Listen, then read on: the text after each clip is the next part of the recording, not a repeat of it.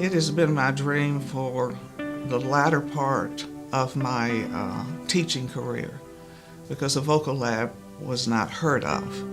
And then I realized this would be so important to our students and to our voice faculty at Carson-Newman to have a vocal lab.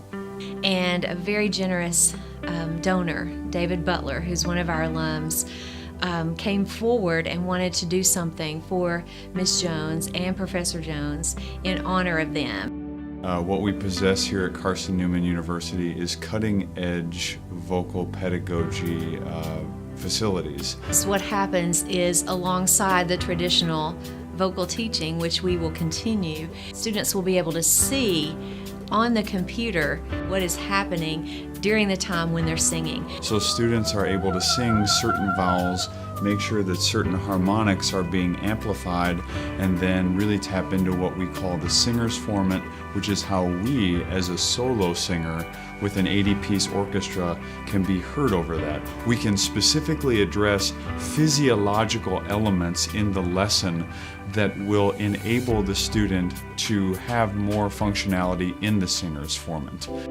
What we're going to have is called an electroglottograph measurable tool, which are two small circular electrodes placed on your larynx, and what it does is measure the open quotient and closed quotient of your vocal folds. That is specifically how many times per second are your vocal folds opening and closing. For example, in a very high coloratura soprano, that may be 1,400 times per second.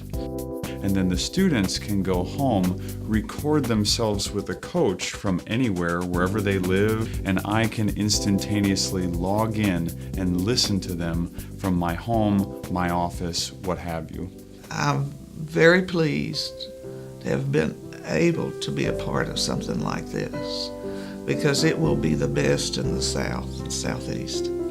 Every vocal student that is at Carson-Newman University could utilize this lab. I'm very proud of how David has felt about leaving a legacy to Carson-Newman. Not many people can do that.